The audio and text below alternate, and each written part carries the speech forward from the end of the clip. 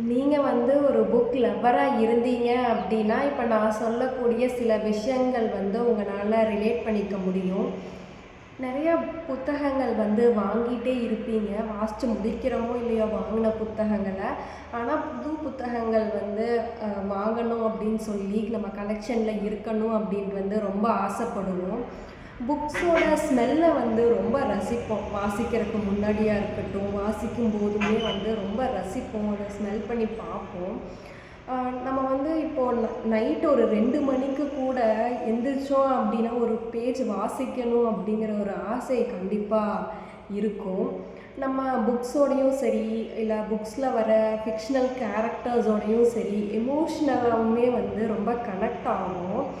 நமக்கு பிடிச்ச சில வரிகளை வந்து சில லைன்ஸை நம்ம அடிக்கடி வந்து வாசிக்கணும் அப்படின்னு சொல்லி ஆசைப்படுவோம். ரீரீட் பண்ணுவோம் நிறையா புத்தகங்களை, பிடிச்ச புத்தகங்கள். இது இது எல்லாமே வந்து கண்டிப்பாக எல்லா ரீடர்ஸுமே பண்ணுவாங்க.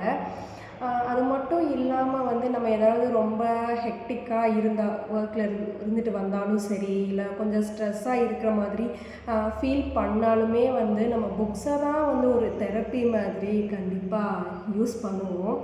அது மட்டும் இல்லாமல் இப்போ வாசிச்சிட்ருக்கோம், ஒரு இன்ட்ரெஸ்டிங்கான புக்காக இருக்கட்டும், அந்த மாதிரி வாசிச்சிட்ருக்கும்போது இன்னொரு சாப்டர் படித்து முடிச்சுட்டு தூங்கலாம் அப்படிங்கிற மாதிரி இருக்குது. இன்னும் சில பேஜஸை வந்து வாசிக்கலாம் அப்படின்னு சொல்லிட்டு வந்து அந்த என்டையர் புக்கையுமே வந்து சில நேரங்களில் வந்து வாசித்து முடிச்சிருவோம்.